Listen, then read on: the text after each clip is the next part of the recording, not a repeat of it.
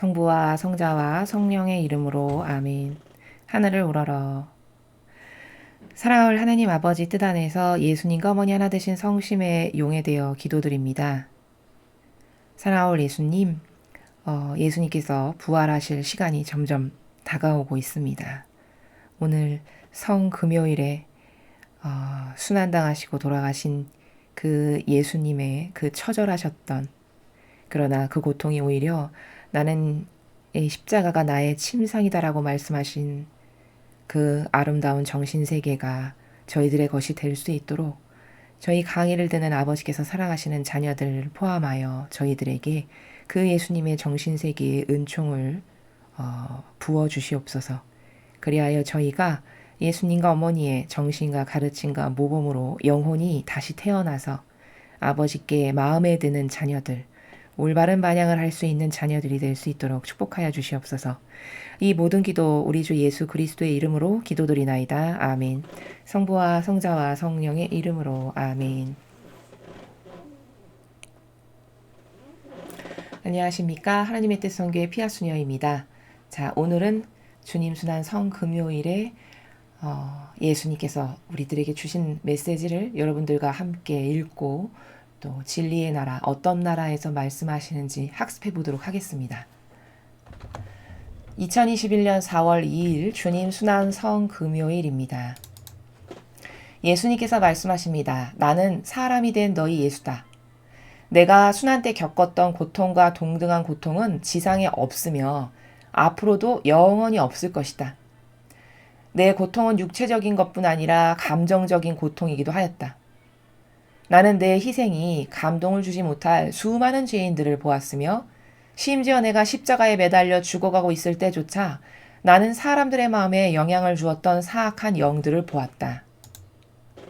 또한 나는 미래를 내다보면서 전쟁의 참혹함과 낙태, 그리고 여러 정부와 그들의 불법적인 정책들을 장악하게 될 사악한 야심 때문에 고통을 겪었다. 나는 사제직의 성소가 모독되는 것을 보았으며 앞으로 나의 교회에서 나타나게 될 수많은 결점들도 보았다. 그렇다. 나는 나의 거룩한 사랑의 선교사업을 파괴하기 위한 수많은 거짓말과 선교사업에 대한 지지 부족에 대해서까지도 고통을 겪었다. 그러나 나는 끝까지 인내하였으며 나를 사랑하고 믿는 이들을 위해서 인간을 구하고 인류를 구속할 고통의 길을 선택하였다. 내 형제자매들아, 나와 함께 낙원을 누리고 싶다면 너희 또한 내 뒤를 따라야만 한다. 나는 두 팔을 활짝 벌리고 너희의 예라는 대답을 기다린다. 주님의 말씀입니다. 사랑할 예수님 감사합니다. 자, 인간이 가지고 있는 사고방식에 수많은 오해들이 있습니다. 아주 각양각색의 다양한 수많은 오해가 있는데 그 중에 대표적으로 공통적으로 누구나 가지고 있는 오해가 그게 사랑에 대한 오해와 고통에 대한 오해입니다. 인류의 가장 영원한 어떤 풀리지 않는 미스테리한 질문 두 개를 해보라고 하면 아마 고통과 사랑에 대한 질문이 가장 많을 거라는 겁니다. 그만큼 사랑과 고통의 신적 의미를 정반대로 해석하고 살아가는 것이 우리들이라는 거죠. 예수님께서는 여기 후미에 말씀하셨는데 그럼에도 불구하고 나는 이 고통을 선택했다. 인류를 구속할 거니까, 구원할 거니까, 그들을 살릴 거니까 이렇게 말씀을 하셨어요.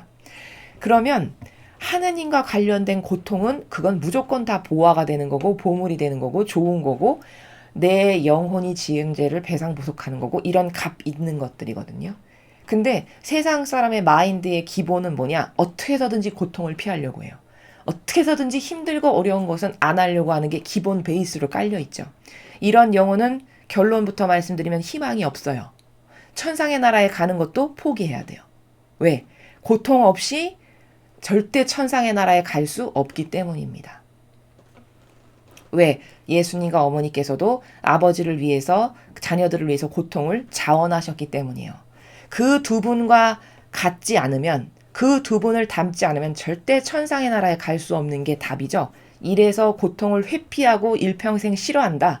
그래서 나를 위한 것만을 끊임없이 하고 죽었다. 이러면 천상에 못 가는 건 정해진 답이에요. 오늘 고통에 대해서 지금 말씀을 하시는 거거든요.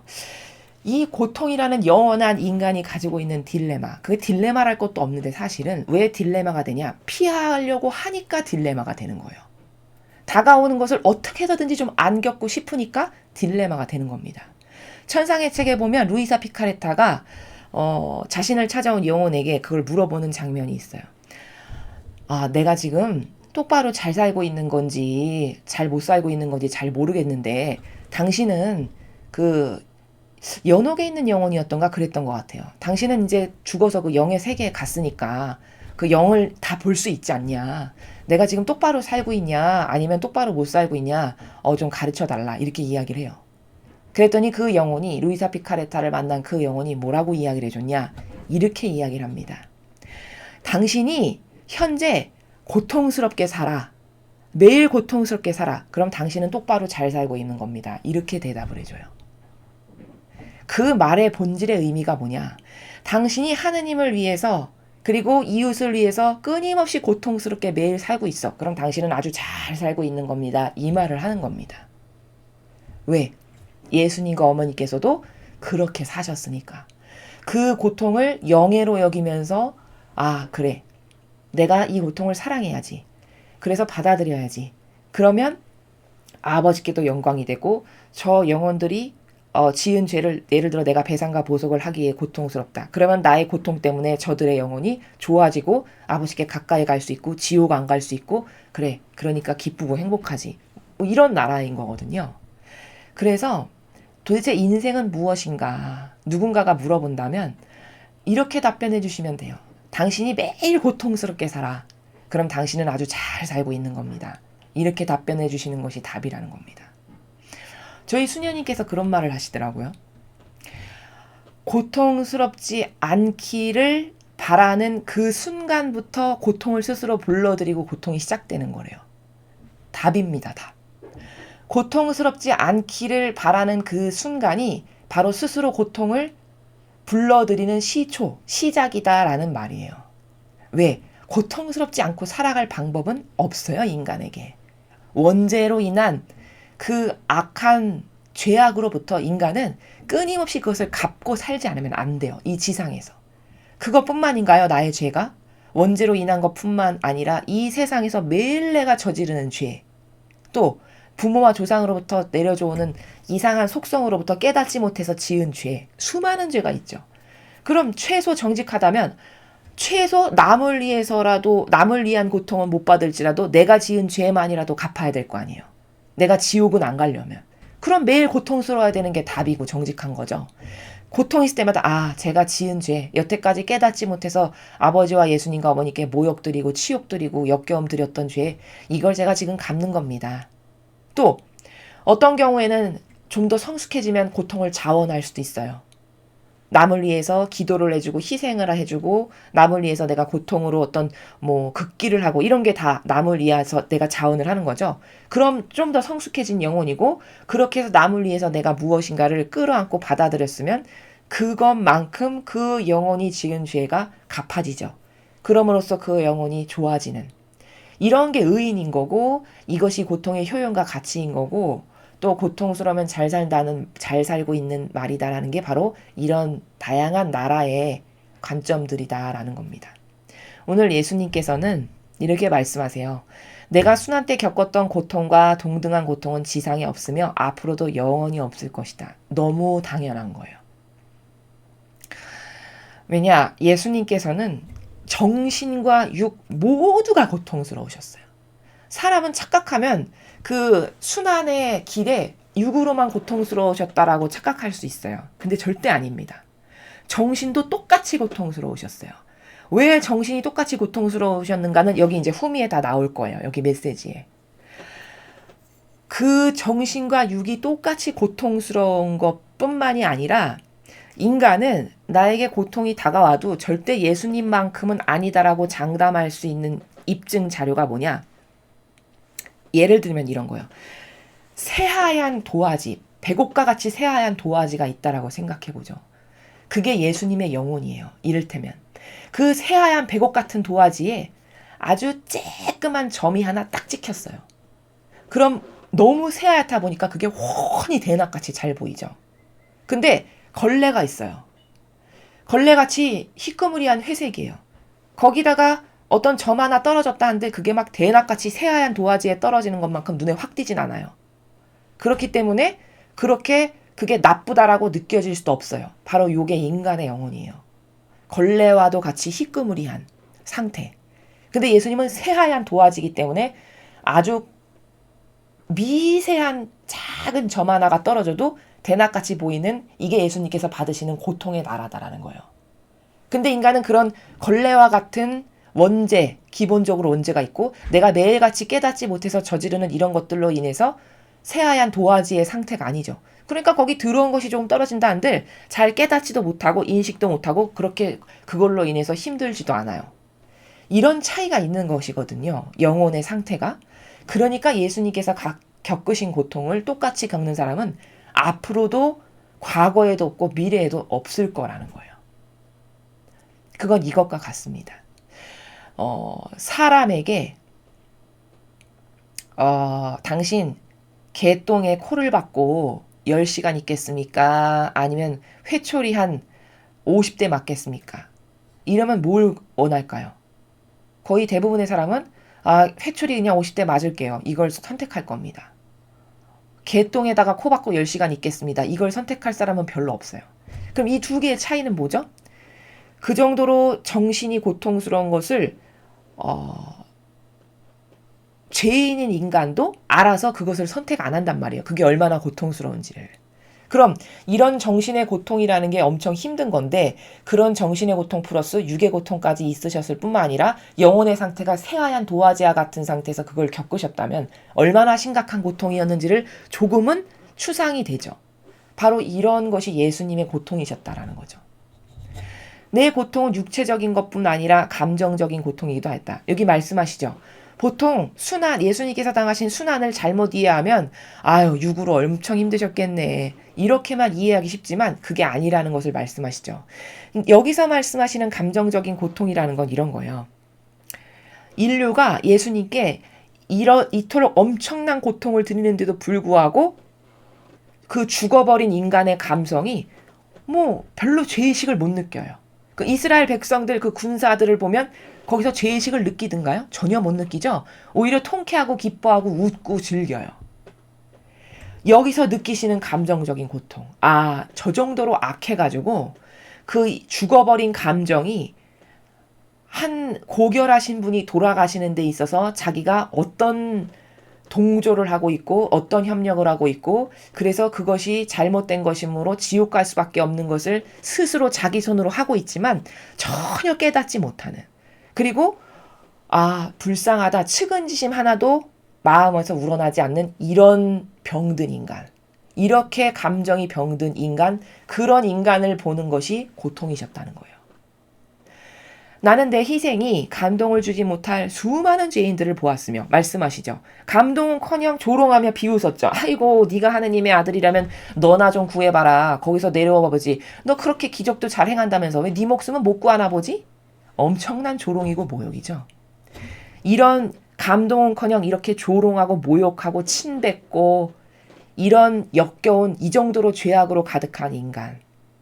그래서 내가 이런 희생을 했지만 그럼에도 불구하고 이렇게 엄청난 희생을 했는데도 불구하고 수많은 영혼이 지옥으로 떨어질 것을 다 보셨다라고 말씀하시거든요. 그 나라예요. 이런 희생이 감동을 주지 못할 수많은 죄인들을 보았다고 하셨어요. 감동은커녕 이런 희생의 대가로 그들이 구원됐으면 해서 이런 희생을 자원하신 건데 구원은커녕 이런 희생에도 불구하고 여전히 지옥으로 떨어질 수많은 죄인. 이런 죄인을 보았고 심지어 내가 십자가에 매달려 죽어가고 있을 때조차 나는 사람들의 마음에 영향을 주었던 사악한 영들을 보았다. 자, 이렇게 십자가에 달리셔서 처절한 고통 가운데 죽어가시는데도 사람들의 마음에 영향을 주었던 사악한 영들은 뭘까요? 대표적으로 이런 거죠. 거짓 예언자들이 뿌려놓은 씨 있죠. 이 시대면 바리새인 율법학자겠죠. 지금이면 로마 가톨릭의 예수님의 정신과 모범과 가르침과 다른 수많은 사제들이 뿌려놓은 씨앗. 그 씨앗으로 영향을 받아가지고 이 영혼들이 원래는 그렇지 않았는데 다 이상한 기호와 정신으로 병든 상태. 그래서 올바른 것을 올바르다고 주장할 수도 없고 바라볼 수도 없고 깨달을 수는 더더욱 없는. 그래서 행사와 제도와 전통으로 죽어가는 이런 사악한 영향에 사로잡힌 그 많은 영혼들을 다 보셨다라는 거예요. 돌아가시기 직전까지. 이건 영혼으로 보신 것을 말씀하시는 것이죠. 아, 내가 이렇게 많은 희생을 했는데도 구원되는 영혼들이 얼마 없고 이렇게 다 지옥의 나락으로 떨어지고 이상한 기호와 경향에 거짓 예언자들이 뿌려놓은 씨앗에 물들어서 저렇게 많은 영혼이 죽어가는구나. 허무한 거죠. 이런 고통을 말씀하세요. 또한 나는 미래를 내다보면서 전쟁의 참혹함과 낙태 그리고 여러 정부와 그들의 불법적인 정책들을 장악하게 될 사악한 야심 때문에 고통을 겪었다. 그러니까 지금 저렇게 뭐 정부의 불법적인 정책, 사악한 야심, 그건 지금 이 시대네요. 그렇죠? 지금의 이 시대예요. 이 정부가 얼마나 불법적인 정책과 사악한 야심으로 국민을 죽여가나요? 이를테면 이런 거죠. 바이러스 주사. 이런 거 몇 세 이상 안 맞으면은 제약 들어갑니다. 앞으로 뭐 제동 겁니다. 이런 거. 이게 다 정부의 불법적 정책과 마귀의 이 정권을 차지한 마귀의 야심 때문에 국민을 억압하고 가두고 족쇄를 채우는 거죠.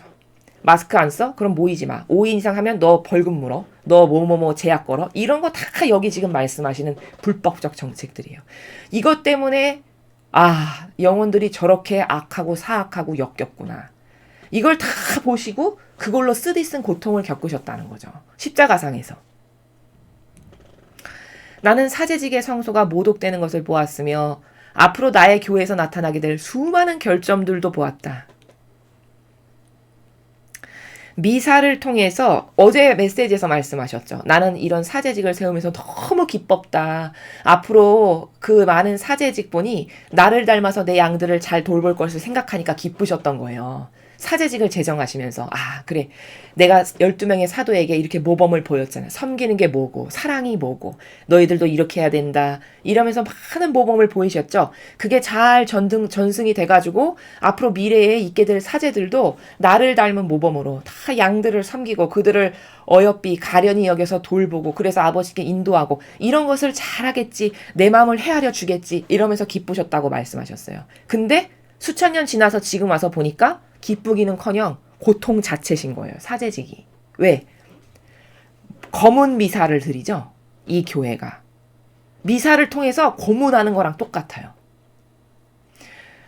차라리 이런 거죠. 자식이 없으면 아무리 고독하고 외롭고 힘들어도 그래. 뭐 없으니까. 이렇게 생각할 텐데 자식이 있는데 있는 자식이 나한테 매일 모욕을 주고 무시하고 깔보고 치욕을 주고 어른 대접을 안 한다. 이러면 없는 이만 못하죠. 여러분. 이게 똑같아요. 사제직도 똑같은 거예요. 차라리 없으면 그래 없으니까 이렇게 치부할 텐데 있는데 있는 자식이 나에게 그런 것을 매일같이 행한다. 이거는 이루 말로 다 헤아릴 수 없는 고통입니다. 어머니들은 이 말씀이 무슨 말씀이신지 너무 잘 이해하실 거예요. 자식을 길러보셨기 때문에. 아 그런 말씀도 실제로 하세요. 어머님들이 저에게. 차라리 없는 이만 못해요. 자식이. 이런 말씀도 하신다고요. 그게 무슨 말이죠? 이거 똑같은 거예요. 예수님의 마음의 상태가. 아 차라리 없는 이만 못한 거죠. 매일 와서 거기다 욕 퍼붓고 뭐하는 자식과 똑같은 거예요. 다 예수님의 정신과는 달라요. 자기가 왕처럼 섬김을 받고 우상 숭배 받고 떠받들고 신자들이 와서 그냥 머리 조아리면서 예예해서 우상으로 섬김 받는 게 좋고 기쁘고 행복해요. 그래서 아버지께서만 받으셔야 될 찬미와 영광을 매일같이 도둑질해요. 이러면서 미사 때는 마치 성체를 나눠주는 것도 표딱지 나눠주는 것처럼 막 나눠주고 이렇게 입으로 영성치 하려고 그러면 반말 막 하면서 그 나이 드신 어르신께 손 내밀라고 이렇게 강요하고 억압하고 이게 예수님하고 예수님의 모범과 같은가요? 완전 정반대예요. 그리고 제단, 거룩하다라고 제단은 예수님께서 거기서 계신 것이라고 거룩하다라고 가르치잖아요. 교리 시간에는. 근데 실제적으로 거룩한 곳으로 대하느냐? 아니요. 목발 거기다 기대 놓고요. 거기다 물컵 놓고 떠먹으면서 해요. 거 예수님이 계시다는데. 이게 모욕을 드리는 행위예요. 이게 검은 미사라고 성모님께서 말씀하시는 거예요. 고문하는 검은 미사. 그리고 그 감실 안에 예수님의 영께서 살아계셔서 그게 전 재단의 한 중심에 감실이 계셔야 되는데도 불구하고 저쪽에다 치우쳐 놓죠. 이렇게. 사이드에다가. 그리고 정중앙엔 자기가 앉아요. 왕처럼. 이게 다 모욕을 드리는 거문 미사입니다. 그리고 로마 황제와 같은 펄럭이는 이상한 옷 입고 종의 모범이면 구약의 민수기 신명기에 어떻게 입으라고 다 말씀하셨어요. 사제직을 하는 직분은 어떻게 입어야 되고 무엇을 어디다가 어떻게 달아야 된다라고 사실적이고 구체적으로 다 말씀하셨다고요. 근데 그렇게 안 입잖아요. 그게 뭘까? 내가 왕이다라는 거죠. 은연중에.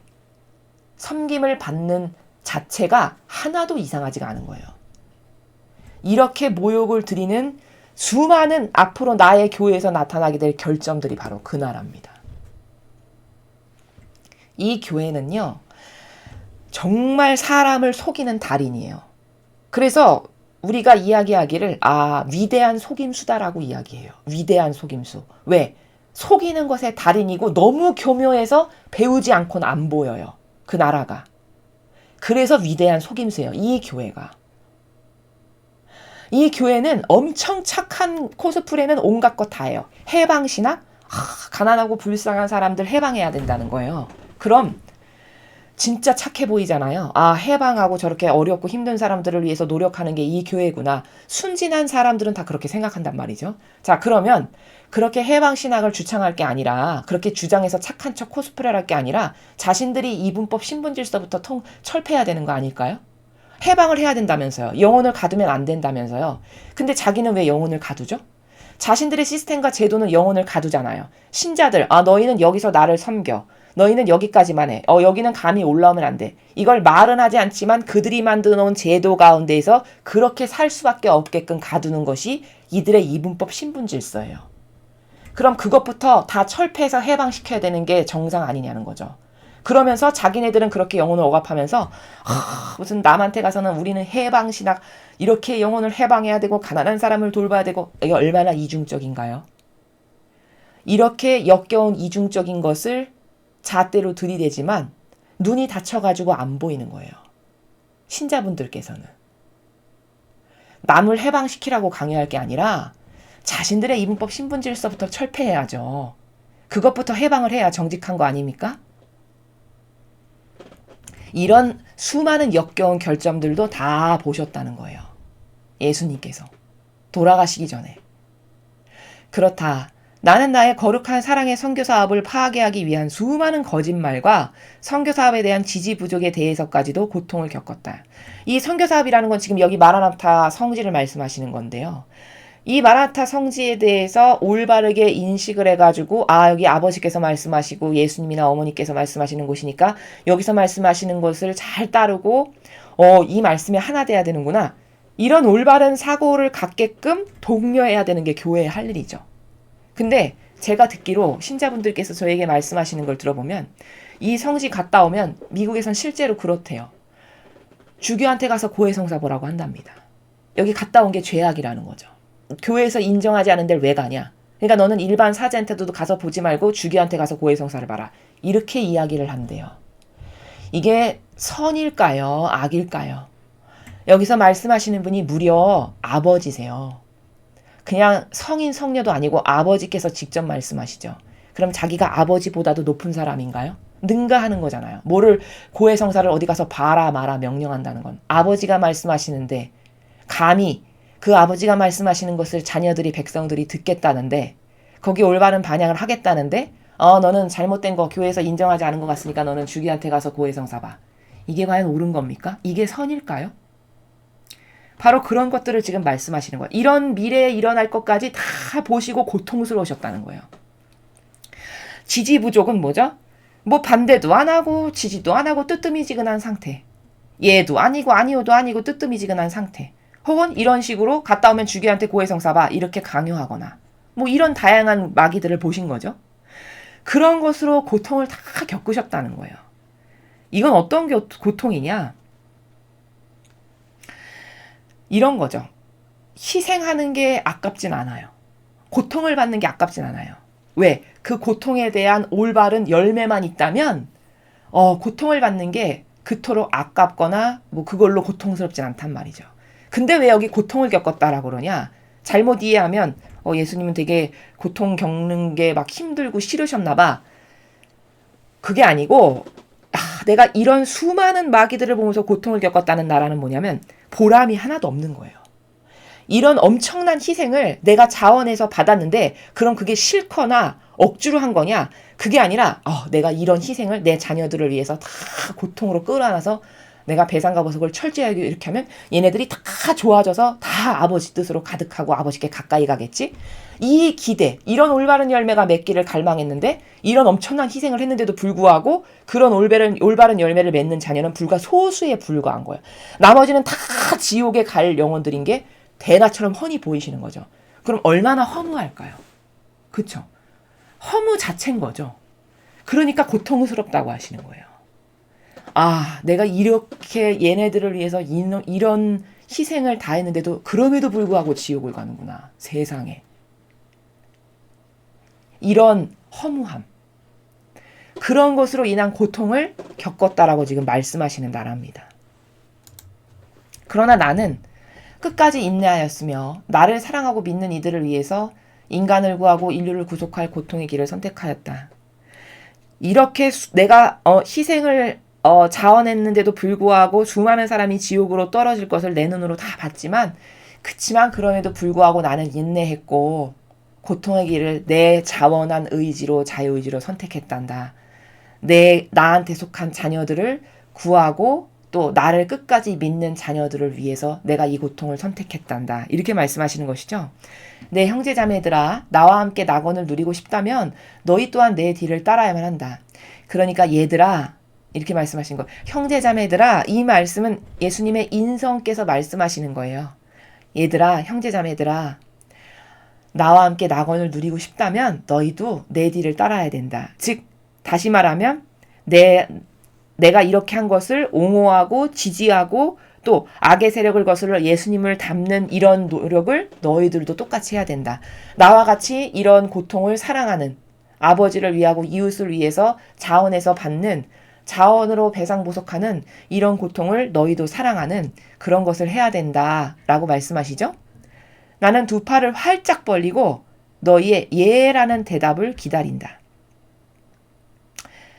나는 이렇게 내가 그럼에도 불구하고 아버지를 위해서 나한테 속한 자녀들을 위해서 고통을 사랑했던 이런 정신을 너희들도 나를 사랑한다면 똑같이 했으면 좋겠다. 그리고 그렇게 하겠습니다. 라고 너희들이 대답하기를 내가 활짝 팔을 벌리고 기다리고 있단다. 이렇게 말씀하시는 나라입니다. 자, 그래서 오늘 우리가 이 예수님의 말씀을 통해서 꼭 알아야 될 것은 도대체 인생은 뭘까? 인생은 고통을 자원해서 사랑하는 거예요. 아버지 뜻 안에서. 아버지를 위하고 이웃을 위하고 내 가족을 위해서. 그렇다면 잘 사는 겁니다. 그렇다면 예수님을 닮은 거예요. 그래서 루이자 피카레타에게 그 연옥 영혼이 당신이 매일같이 고통스럽게 지금 살고 있다. 그럼 당신은 아주 잘 사는 겁니다. 이 말의 나라가 무엇인지를 곰곰이 생각해 봐야 돼요. 스스로. 기도하실 때. 고통이라는 건요. 정말 보약과도 같은 거예요. 저희는 그걸 산삼 먹는 거다라고 이야기를 합니다. 저희끼리. 그게 왜냐? 고통 없는 영혼은 절대 향기가 안 나요. 고통으로 다져지지 않은 영혼에게서는 성공도 있을 수 없습니다. 세상도 그렇죠. 예를 들어 김연아 선수가 올림픽에서 금메달을 따기 전까지 그 십몇 년의 세월이 고통이 없었다면 금메달을 따는 게 가능할까요? 그건 불가능한 거예요. 그거는 어떤 요행을 바라서 되는 나라가 아니죠. 그럼 세상에 그런 것도 그럴진데 세상에 어떤 목적 하나를 이루는 것도 당연히 고통을 사랑해야만 그 목표를 달성할 수 있는 게 이게 이치라는 거예요. 자연의 이치, 진리의 이치라는 거예요. 그럼 세상 것도 그럴진데 없어지고 말 것도 그렇잖아요. 그럼 본질의 나라는 어떨까요? 당연한 거죠.